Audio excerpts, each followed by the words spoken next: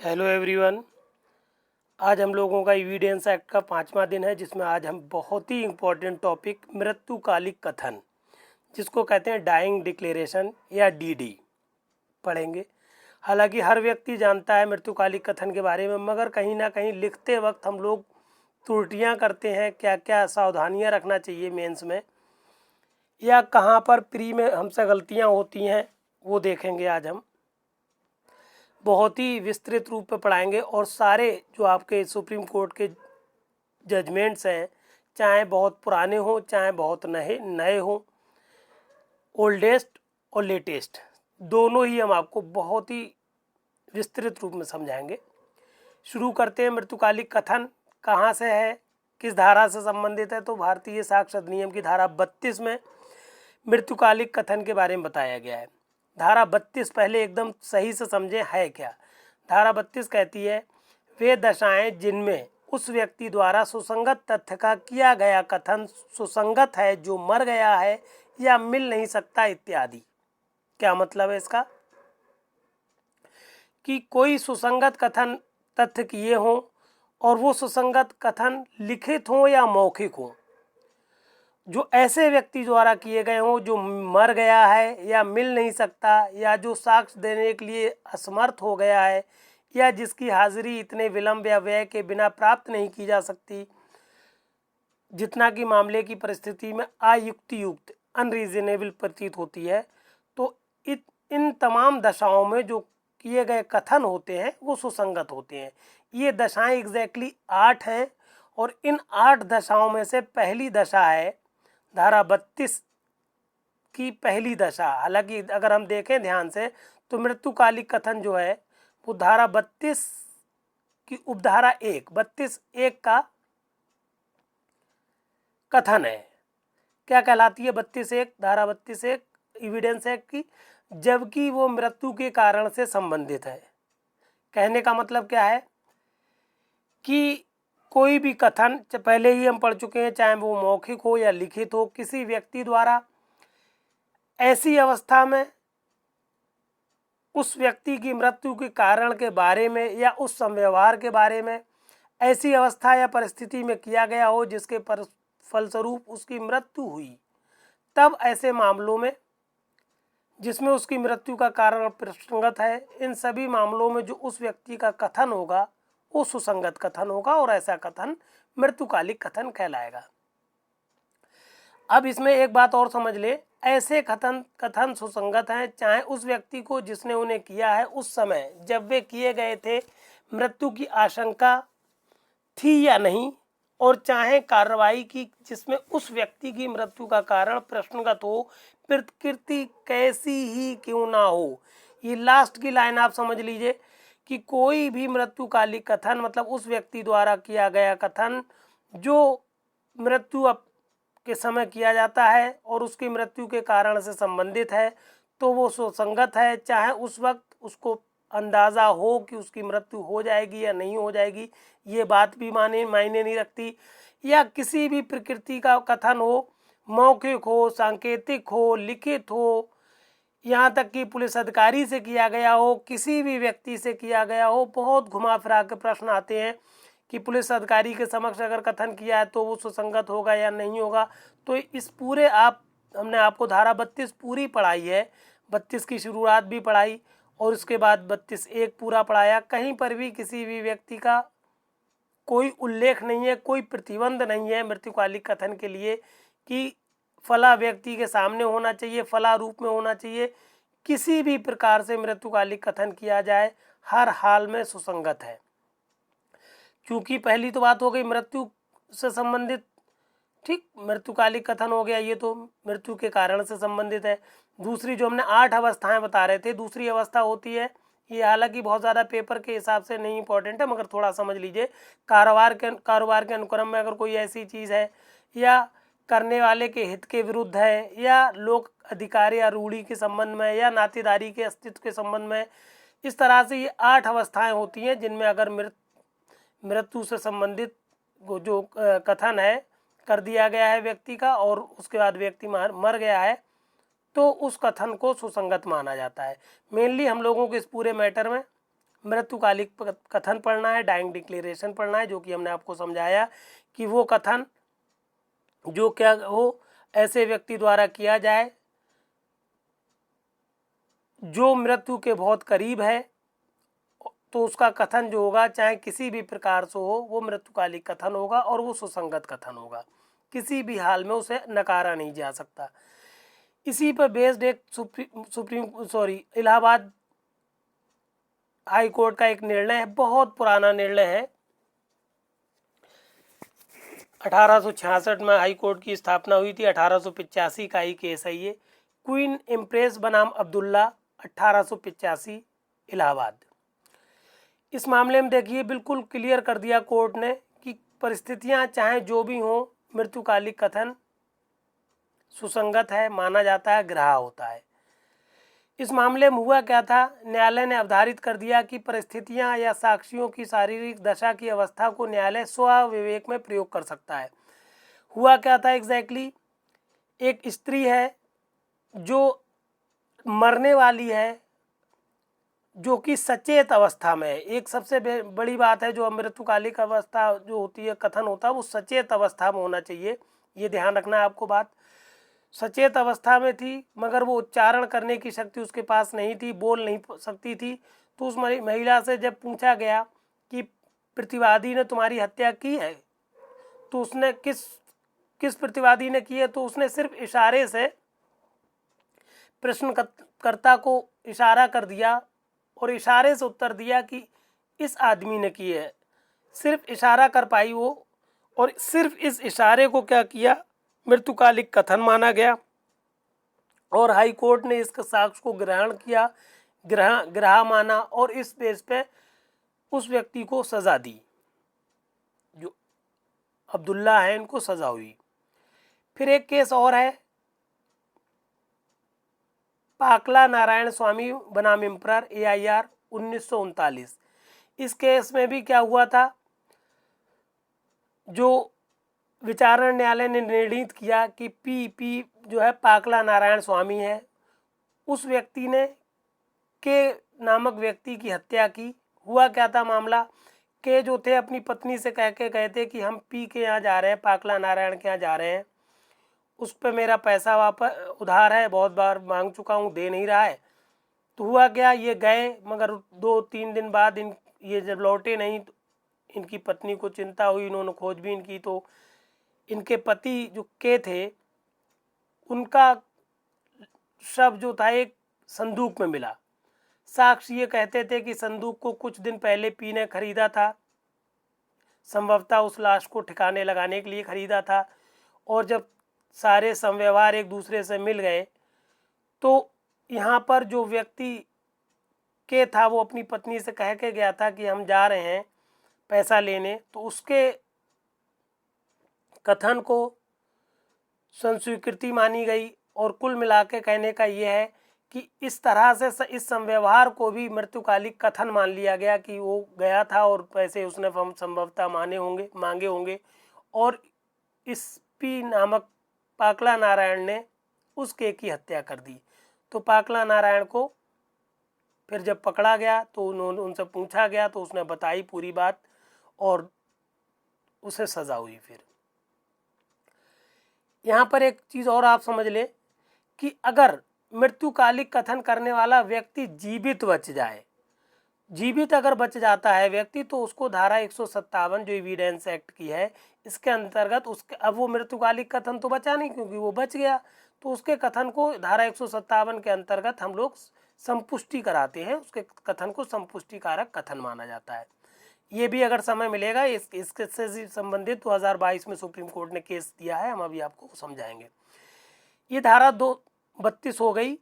अभी हम 32 के जो लेटेस्ट केस लॉज हैं, पुराने केस लॉ हमने पढ़ाए आपको, अभी लेटेस्ट 2022 के भी केस लॉ पढ़ाएंगे। इससे पहले एक धारा 33 पढ़ लें हम। धारा 33 बहुत छोटी सी है, ये कहती है किसी साक्ष्य में कथित तथ्यों की सत्यता को पश्चातवर्ती कार्रवाई में साबित करने के लिए उस साक्ष्य की सुसंगति। कहने का मतलब क्या है कि किसी व्यक्ति ने मान लीजिए साक्ष्य दिया, साक्ष्य देने के बाद वो मर गया, अब कार्रवाई आगे चलती रही उसके मरने के बाद भी, तो होता क्या है, जो उसके पहले के कथन थे उनको तथ्यों के रूप में, सत्यता के रूप में आगे प्रमाणित कर लिया जाता है, मान लिया जाता है कि उसके कथन जो हैं सही हैं और उन कथनों को ही सुसंगत माना जाता है, वो कथन सुसंगत होते हैं। ठीक, ये हालांकि मृत्युकालिक कथन नहीं है, मगर कथन करने के बाद कोई किसी साक्षी जो था कि साक्ष्य दिया, साक्ष्य के बाद मर गया या फिर वो उपस्थित नहीं हो पाया किसी कारण, तो उसके कथन को सुसंगत कथन मान लिया जाता है। अब आप समझ लीजिए सुप्रीम कोर्ट का जो 2022 का 3 निर्णय है, जैसा समय होगा वैसा हम आपको पढ़ा देंगे, प्रयास करेंगे तीनों निर्णय समझा दें। पहला निर्णय है उत्तर प्रदेश राज्य बनाम वीरपाल और अन्य AIR 2022। इस मामले पहले इसको समझ लें हुआ क्या। इस पहली बात तो इसमें ये उठी कि सिर्फ मृत्युकालिक कथन के आधार पर जो विचारण न्यायालय है उसने मृतिका के ससुर और सास को, जो कि प्रत्युत्तरदाता हैं, उनको 302(34) के अंतर्गत जो सज़ा दी आजीवन कारावास की, वो ठीक है या नहीं। दूसरी बात, इसी मामले में जब अपील की थी, विचारण न्यायालय से सज़ा मिल गई इनको 302 की, 302(34) के अंतर्गत, फिर ये जो ने जब अपील की है उच्च न्यायालय में, तो अपील में उच्च न्यायालय ने इन्हें दोष मुक्त कर दिया। तो प्रश्न ये उठा कि मात्र मृत्युकालिक कथन के आधार पर दोष सिद्ध की जा सकती थी या नहीं सुप्रीम कोर्ट के सामने ये, क्योंकि विचारण न्यायालय ने दोष सिद्ध किया, उच्च न्यायालय ने दोष मुक्त किया, तो अपील हुई जाके उच्चतम न्यायालय में। उच्चतम न्यायालय को ये सिद्ध करना था कि सिर्फ मृत्युकालिक कथन के आधार पर जो दोष सिद्धि जो की गई थी वो सही थी या नहीं थी। ये तमाम बातें अभी हम आपको समझाते हैं। इसमें एक बहुत विशिष्ट बात है कि इसमें हुआ क्या है, मृतका है उसके 2 मृत्युकालिक कथन है। एक मृत्युकालिक कथन जो मृतिका ने किया वो उप निरीक्षक के सामने किया, पहला कथन जो अन्वेषण करता है उसके सामने किया, जो कि दंड प्रक्रिया संहिता की धारा 161 के अंतर्गत होता है। दूसरा कथन मृत्युकालिक जो था मृतिका ने मजिस्ट्रेट के सामने किया। पहले कथन के अनुसार जो अन्वेषणकर्ता के समक्ष हुआ है उसके अनुसार ये दर्शित किया गया कि मृतिका ने स्वयं अपने ऊपर मिट्टी का तेल उड़ेल लिया और आग लगा ली और ये मर गई। जबकि दूसरा कथन जो मजिस्ट्रेट के समक्ष किया गया है उसमें मृतका ने बताया है कि पहले तो हमारे सास ससुर ने हमको मारा छड़ी से, और छड़ी से मार पीट के क्या किया, हमारे ऊपर मिट्टी का तेल उड़ेल दिया और माचिस से आग लगा दी, और अब हम इस अवस्था में आ गए, लगभग हम मरने की अवस्था में। मृत्युकालिक कथन था ये।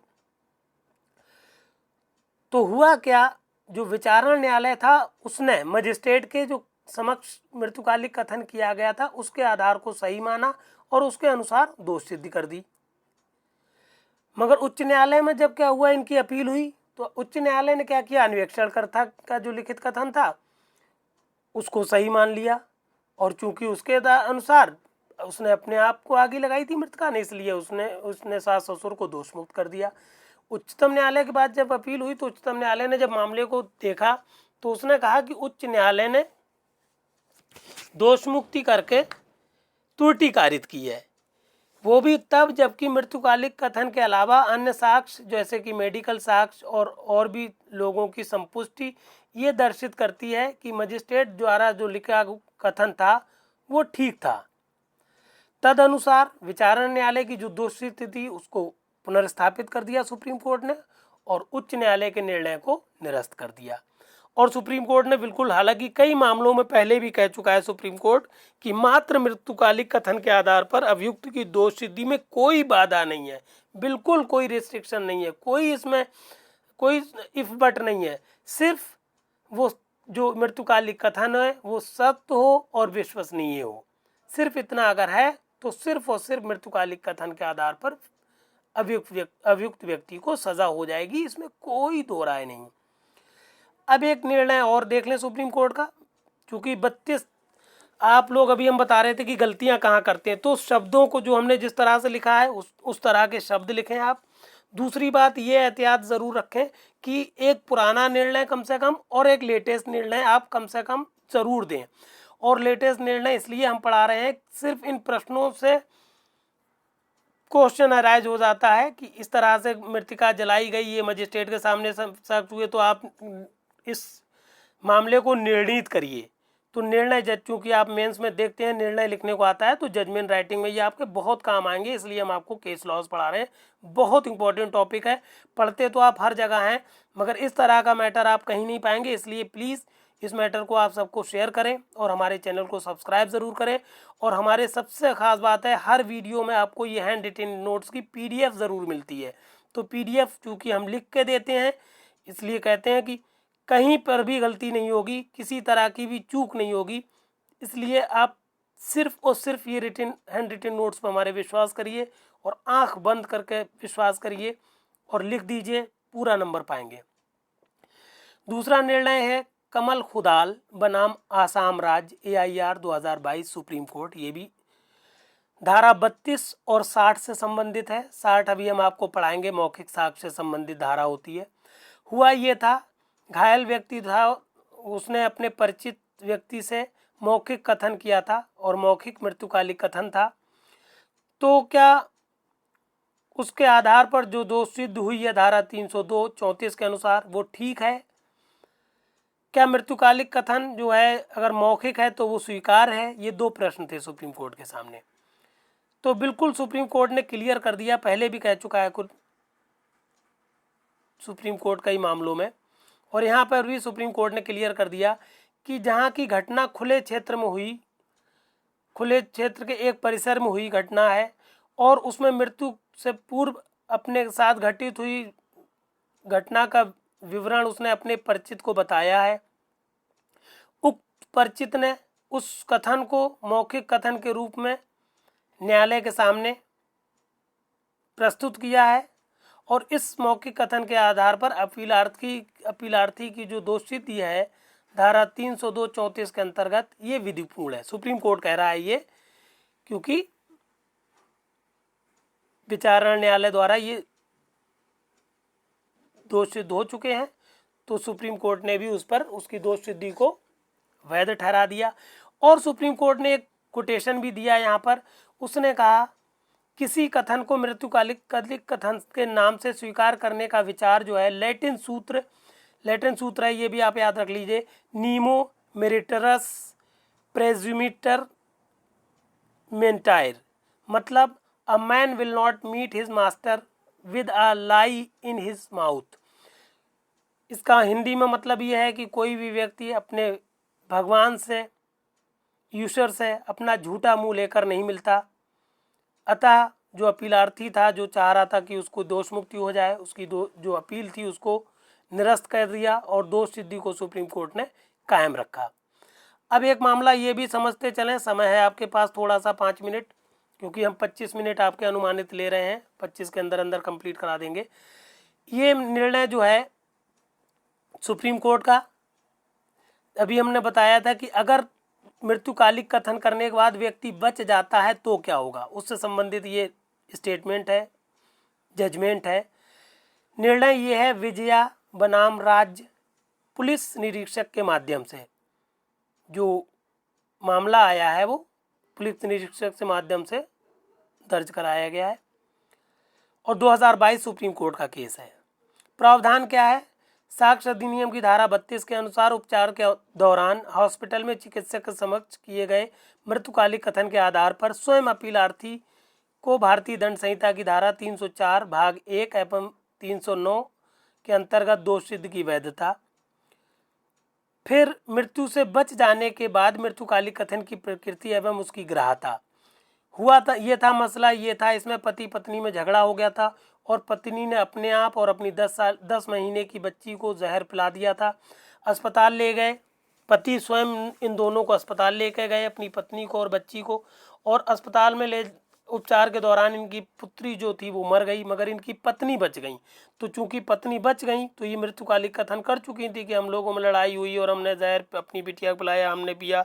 तो इसलिए एक तो ये इन्होंने आत्महत्या का प्रयास किया, बच गई चूंकि, इसलिए 309 लग गई धारा, और चूंकि इन्होंने अपनी बिटिया को मारा है तो आपराधिक मानववध के जो आशय के साथ करते हैं 304 का भाग 1 हम IPC में पढ़ाएंगे आपको, उसके अनुसार इनको दोष सिद्ध हुई।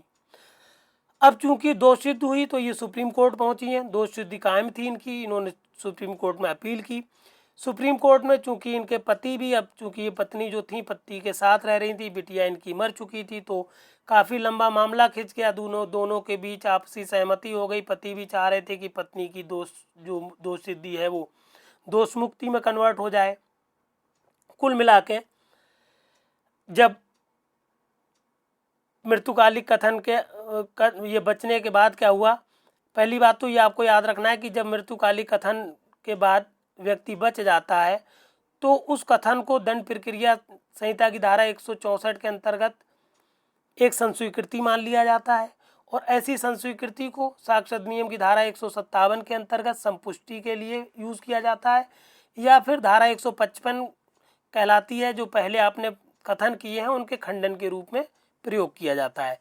इस प्रकार से कुल मिला के क्या हुआ था, जैसा कि हम अभी बता रहे थे आपको कि सत्र न्यायालय और उच्च न्यायालय ने दोनों दोष सिद्ध किया था, मगर उच्चतम न्यायालय ने देखा कि अब पति पत्नी रहना चाह रहे हैं आपस में और सज़ा इनको देना बेहतर नहीं है, वैसे भी अच्छा खासा झेल चुकी हैं, तो इनको क्या किया, इनकी अपील को मान लिया और इस महिला को दोष मुक्त कर दिया उच्चतम न्यायालय ने।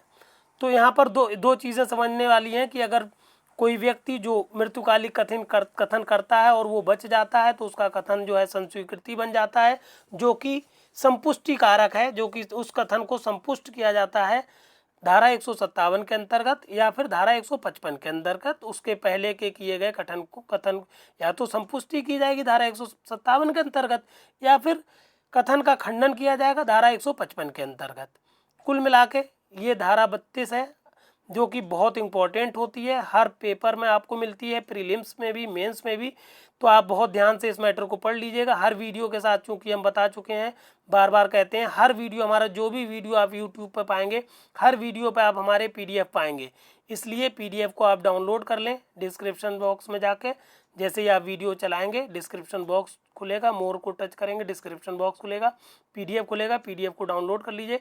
डाउनलोड करके हार्ड कॉपी अपने हाथ में रखिए, फिर मैटर को पढ़िए, आपको पूरी बात समझ में आ जाएगी। कोई भी असुविधा आ रही है तो हमारे नंबर 9450770672 पर कॉल करिए या फिर मैसेज कर लीजिए, व्हाट्सएप नंबर है, या फिर @ law classes by Firoz sir आप डालिए यूट्यूब पर, डायरेक्ट आप हम तक पहुंच जाएंगे। सारे नोट्स डे वाइज मिल रहे हैं, रेगुलर मिल रहे हैं, इसलिए हमारे चैनल को अगर आप अभी तक आपने सब्सक्राइब नहीं किया तो प्लीज़ सब्सक्राइब ज़रूर करिए। ये मैटर प्रत्येक प्रतियोगी परीक्षा के लिए, चाहे वो HJS की हो, APO की हो या फिर PCSJ की हो, हर स्टेट के लिए, पूरे भारत के लिए, या फिर AIBE की एग्जामिनेशन एंट्रेंस एग्ज़ाम हो या फिर LLB कर रहे हो, हर व्यक्ति के लिए संपूर्ण नोट्स हैं। इसलिए अपने हर मिलने वाले को, हर परिचित को ये नोट्स हमारे शेयर कर दीजिए, जिससे सारे लोगों को फ़ायदा हो, क्योंकि हमारी मेहनत वसूल हो सके। हम काफ़ी मेहनत कर रहे हैं आप लोगों के साथ, इसलिए हमारी मेहनत को आप समझिए और ये मेहनत वसूल हो जाएगी अगर आप हमारे मैटर को सारे साथियों को शेयर करेंगे। तो इस मैटर को शेयर करिए और हमारे चैनल को प्लीज़ सब्सक्राइब ज़रूर कर लीजिए। धन्यवाद।